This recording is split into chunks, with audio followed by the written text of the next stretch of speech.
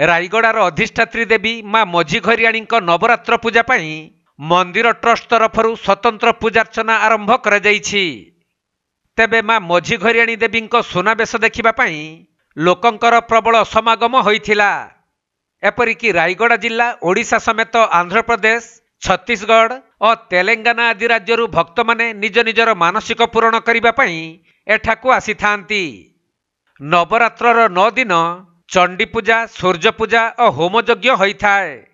आउ बहु संख्यारे भक्त माने नवमी पर्यंत मां पाखरे अखंड दीप जाली थांती। एही अवसर रे मां मंदिर चारिपार्श्वरे फूलमाल सह आलोकीकरणर सुसज्जित होईछि।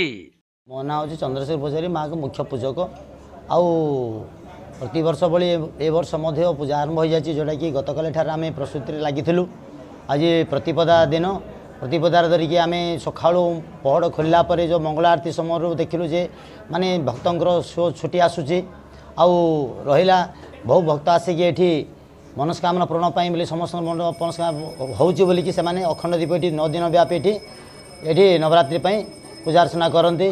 ता सहित रहा आज मुख्य दिन है जोटा कि आमर वर्ष तमाम यो जय दुर्गा खंडा ये सबुदिन बोले वर्ष तमाम आम कपड़ा घोड़े रखी था से खंडा आज बाहर करा पूजा अर्चना करिकी आमर जो ब्राह्मण साई नदी में स्नान भान कर अस्थायी मंडप जोटा कि तहसिल अफिस प्रांगण जोटा कि पूजा अर्चना करा जोटा कि प्रतिदिन से होम यज्ञ हम चंडीपाठ हम ता सहित गोटे राति 12टा पर गोटे प्रक्षण जो प्रथा चले रजन अमल सेमती प्राय 9 दिन पर्यंत हम आउ 9 दिन पर पहड़ पड़ जाओ 10वें दिन पुणी आउ थे माँ ये पाछटे आसीजे।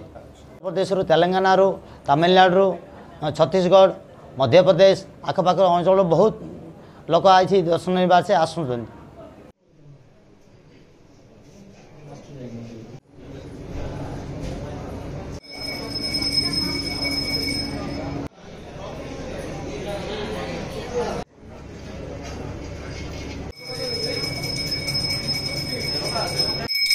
रायगड़ा जिल्लारू प्रफुल्ल कुमार बेहेरा रिपोर्ट कोणार्क लाइव।